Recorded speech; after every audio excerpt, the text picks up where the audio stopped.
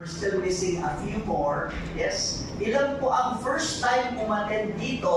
Please say HEP. HEP. Marami. Yung mga frequent attendees o naka-attenda ng ating mga sessions last year, kinukumpleto lang po yung lineup. Please say HEP. HEP. Ma'am, mas malakas yung sabi ng HEP. So let's say 60-40, I believe 60% are just trying to complete the 10 courses that we are offering for the entire year. Yes, you heard me correctly. 10 courses po, 10 iba-ibang topics ang kinukumpleto natin. At ang makakakumpleto ng 10 topics may pa-jacket.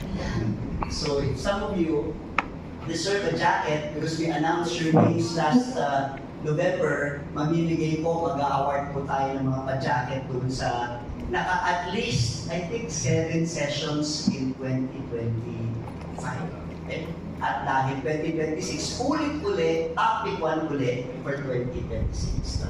Yan. At kapag meron kayong kakilala who would need this same leadership opportunity, dalhin nyo lang po dito sa link. No?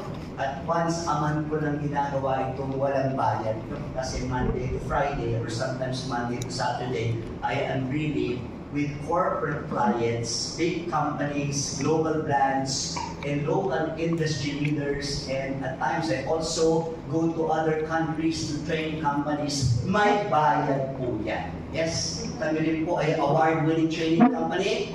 My name is Louis John Mendoza Banta. Louis Banta, LJNB is the name of the company. Learning Just Make Better. We have been in business for 20 years. I have personally been training companies for 34 years. Now 2026, nasa LinkedIn po, nagsimula mag-post sa LinkedIn ng pandemic.